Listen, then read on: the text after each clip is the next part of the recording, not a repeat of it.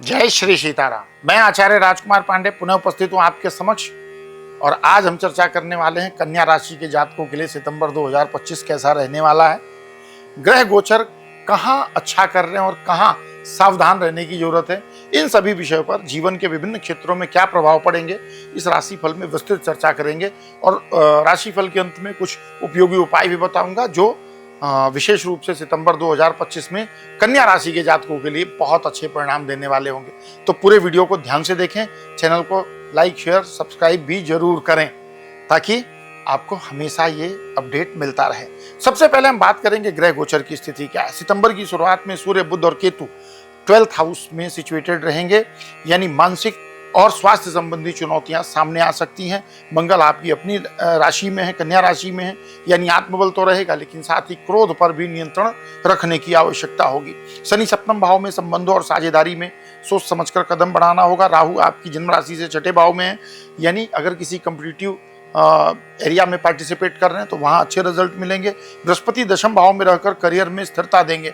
शुक्र एकादश भाव में, यानी अच्छी इनकम रहेगी, लेकिन 15 तारीख के बाद कुछ खर्चे बढ़ सकते हैं क्योंकि शुक्र महाराज वहां से व्यय भाव में चले जाएंगे। अब अगर बात करें सामान्य झलक की तो सितंबर आपके लिए मिक्सड रिजल्ट लेकर के आ रहा है। महीने का पहला हिस्सा थोड़ा चुनौतीपूर्ण रहेगा, खर्च बढ़ेंगे, स्वास्थ्य भी परेशान करता है, लेकिन जैसे जैसे महीना आगे जाएगा स्थितियां आपके पक्ष में आनी शुरू हो जाएंगी। करियर में आपका अनुभव आपको बेनिफिट देगा। अगर कोई प्रमोशन ड्यू है या कोई इंक्रीमेंट ड्यू है तो वो आपको मिल सकता है।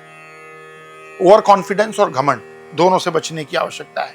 प्रेम जीवन में शुरुआत में रोमांस रहेगा, लेकिन महीने के अंत में कुछ गलतफहमियां हो सकती हैं। वैवाहिक जीवन में भी उतार चढ़ाव हो सकते हैं, धीरे धीरे हालत बेहतर होंगे।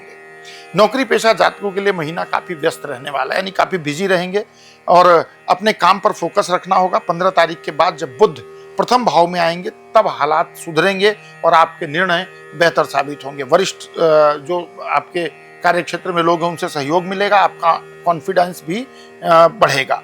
बात करें फाइनेंशियल स्टेटस की तो महीने की शुरुआत में खर्चे काबू से बाहर हो सकते हैं। द्वादश भाव में त्रिग्रही योग बना हुआ है, इसलिए पहले से योजना बनाएं। शुक्र की स्थिति इनकम बढ़ा सकती है और बृहस्पति की दृष्टि सेविंग में मदद कर सकेगी, लेकिन महीने की शुरुआत में थोड़ी प्लानिंग बनानी पड़ेगी। शेयर बाजार और ब्याज से जुड़े काम में लाभ मिल सकता है।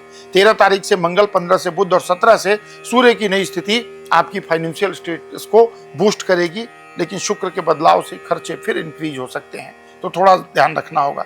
हेल्थ की बात करें तो ये महीना सावधानी मांगता है। महीने की शुरुआत में थोड़ा मानसिक तनाव, थकावट, त्वचा और एलर्जी जैसी समस्याएं परेशान कर सकती हैं, लेकिन 13 तारीख के बाद से स्वास्थ्य में सुधार होगा। 15 तारीख से बुध और 17 से सूर्य की कन्या राशि में उपस्थिति आपके भीतर नई ऊर्जा देगी। बस अनियमित दिनचर्या और खान पान से बचने की आवश्यकता होगी। प्रेम और वैवाहिक जीवन की बात करें तो प्रेमी जातकों के लिए महीना मतलब शुरुआत के साथ थोड़ा सा रंगीन शुरुआत करेगा, यानी अच्छी शुरुआत करेगा।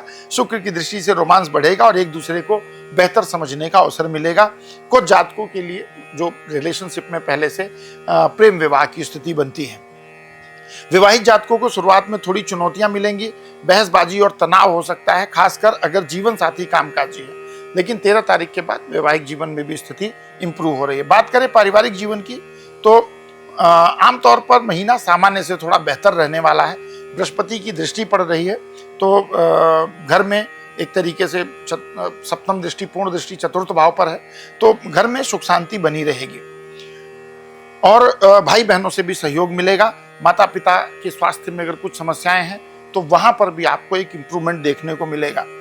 संचार की मधुरता ही पारिवारिक जीवन को संतुलित रखेगी। इस कथन का आशय यह है कि देखिए, ग्रह गोचर की स्थिति जो अच्छी है, लेकिन कहते हैं ना कि भाई कोयल काग को देत है और कागा कासे लेत, तो मीठी वाणी जो है वो हमको अपने जीवन में रखनी है ताकि ग्रह गोचर का हम और भी अच्छा बेनिफिट प्राप्त कर सके। तो ये था समग्र विश्लेषण, लेकिन साथ ही कुछ प्रतिकूल प्रभाव भी हैं और उन प्रतिकूल प्रभाव को हम कैसे नियंत्रित कर सकते हैं उसके लिए मैं कुछ उपाय आपको बता रहा हूँ, जिसको हम अपनी रूटीन लाइफ में शामिल करके अच्छे रिजल्ट प्राप्त कर सकते हैं।